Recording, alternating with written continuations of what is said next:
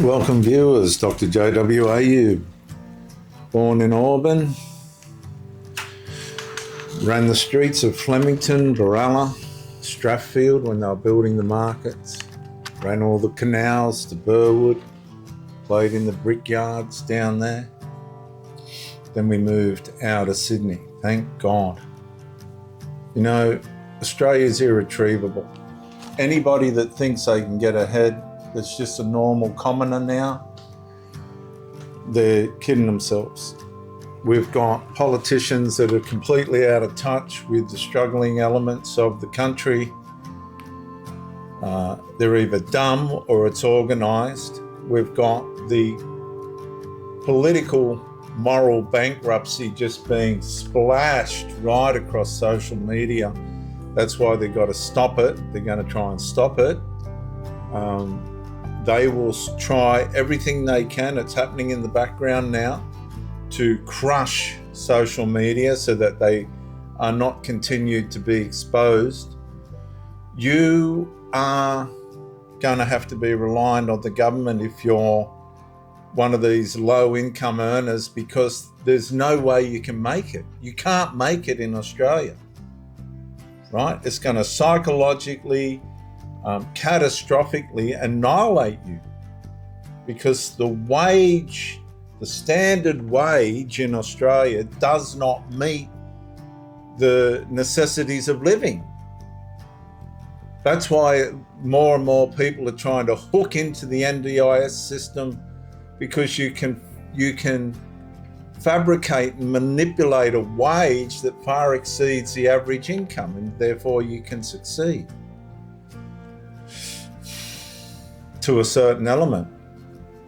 How can someone, right, unless you're a successful business person or have some kind of crazy inheritance, how can someone, right, have a normal life in Australia now at the cost of living the way it is? I'm a tradesman. I just shut my business.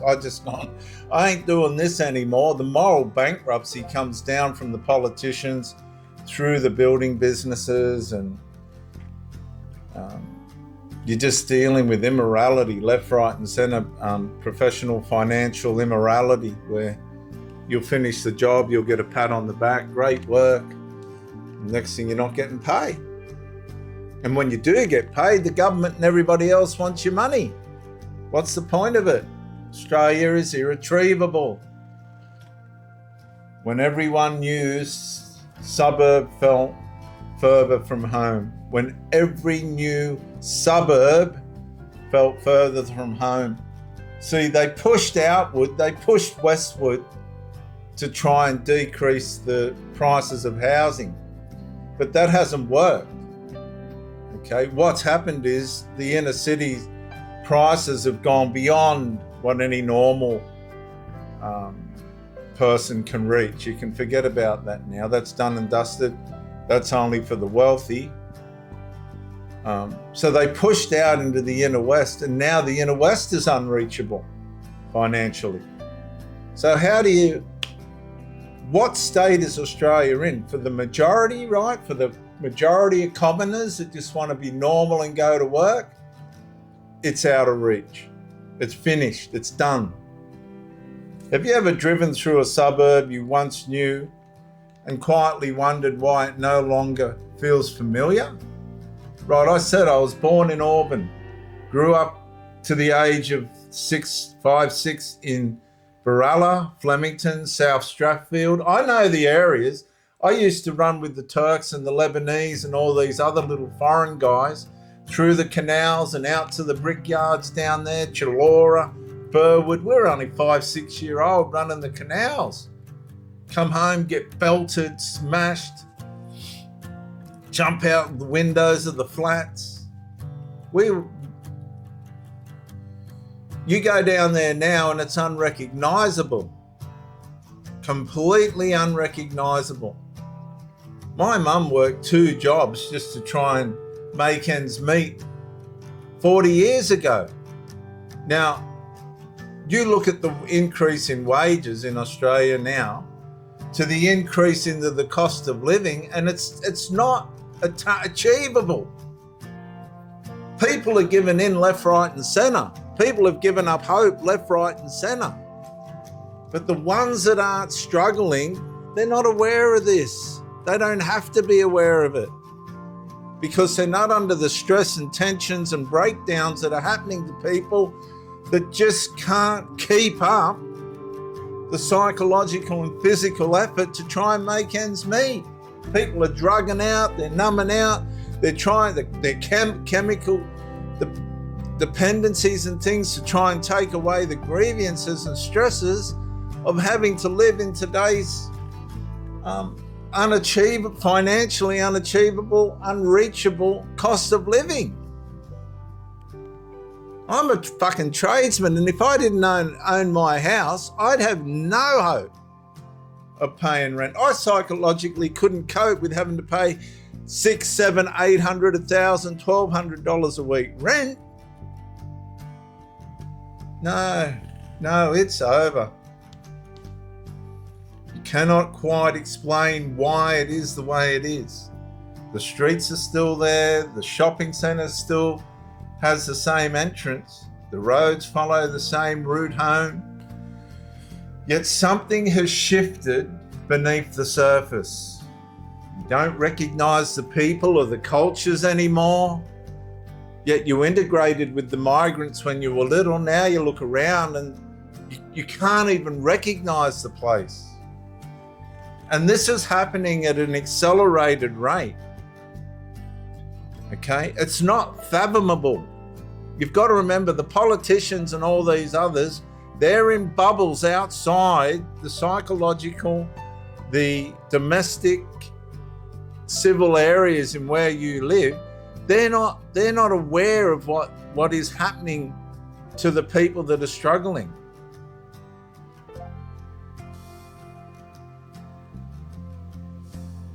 It's incomprehensible. You recognize the geography, but you no longer recognize the place. As a matter of fact, many of you don't even recognize yourself. And at first you assume you're simply getting older. Then another local business disappears, just an empty shop front. We've got shops now here on the Central Coast just sitting there. Another apartment block replaces an open space. Nobody knows who's moving into them, but they're not Australian. Another familiar face moves away because housing has become unaffordable.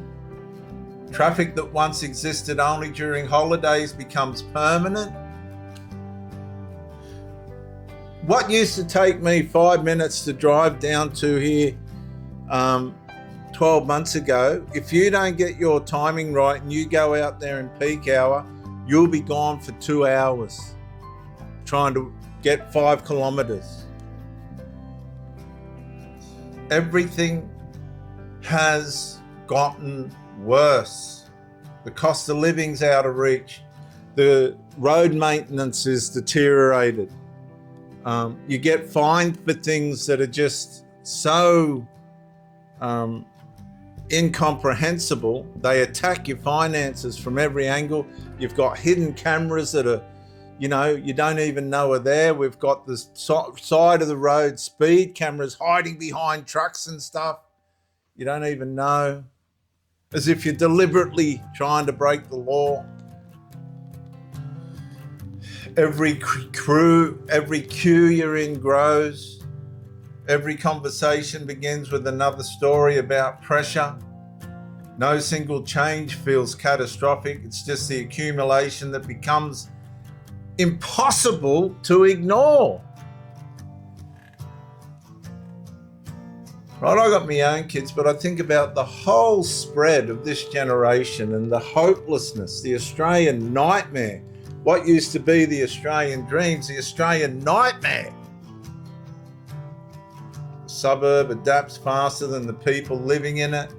Community clubs struggle for volunteers. Schools become more crowded. Medical appointments stretch further into the future. The quiet confidence that this is where your children would build their lives has disappeared. It's not uncertain, it's disappeared. It's panic stations.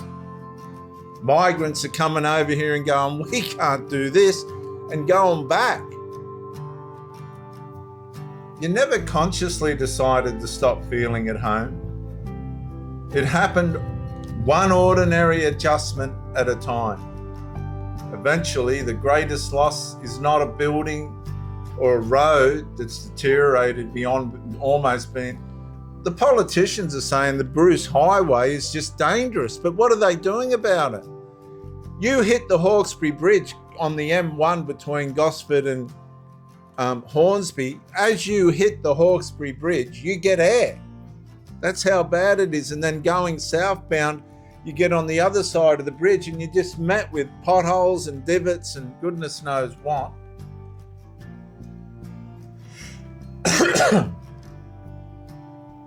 It is belonging. What belonging do people feel now? They feel like failures as children, young adults, because they're stuck living at home. If they go outside of home, they know they're psychologically going to be undermined financially. So they've got to come back home defeated. Some go out and they never come home. They just OD, or they get lost in drugs and chemicals and alcohol. I remember when I was running a church, this guy, he was a terrific footy player. He used to come for the Sunday evening service and barbecue. He'd have his sausage hanger and off he'd go again. I'd send out me letters of encouragement for the Monday for everyone to get through the week. And all of a sudden, because I'd have all the contact details on, I get this phone call from the grandma of, I won't say names, "Are you Pastor AU? Could you ring me?" Yes. Well, this young fella, he'd had his softy sandwich, he met a new girlfriend, and he goes off to Wyong to meet this girl. And she was an addict. And he OD'd. Never to be seen again. The next time I saw him was when I was burying him at Point Clare Cemetery. Just like that, gone. We don't realise what's happening to the people that are struggling in this nation. The politicians are on the TV saying we can't be trusted. We've lost their trust. Any wonder? They're morally bankrupt. No one's coming to save you. No. Oh, it's atrocious. The mask slipped off, viewers, during the pandemic when they said, if you don't have the vaccine, we're going to starve you. We're going to take your job off you and you're going to go and fucking starve. Now, that's not the language of a preacher, but this is desperation now. These people are giving themselves pay rises while the stroke people, try being a bricklayer. Try being a bricklayer for a day, one of you politicians, and see how you go. Right? People not paying you, down in the mud and shit. Your body come home, you can hardly walk. You got 8 hours to recover to get ready for the next day. No. You go and work in McDonald's for a week for whatever it is per hour and see how you pull up. These people are completely out of touch. Jacinta Allen's on over half of 500 mil. What's she on?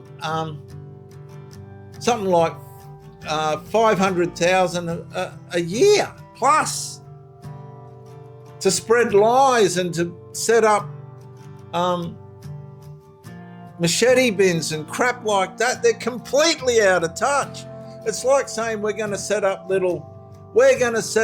ATMs for all you people that have stolen money to come up and put the money back.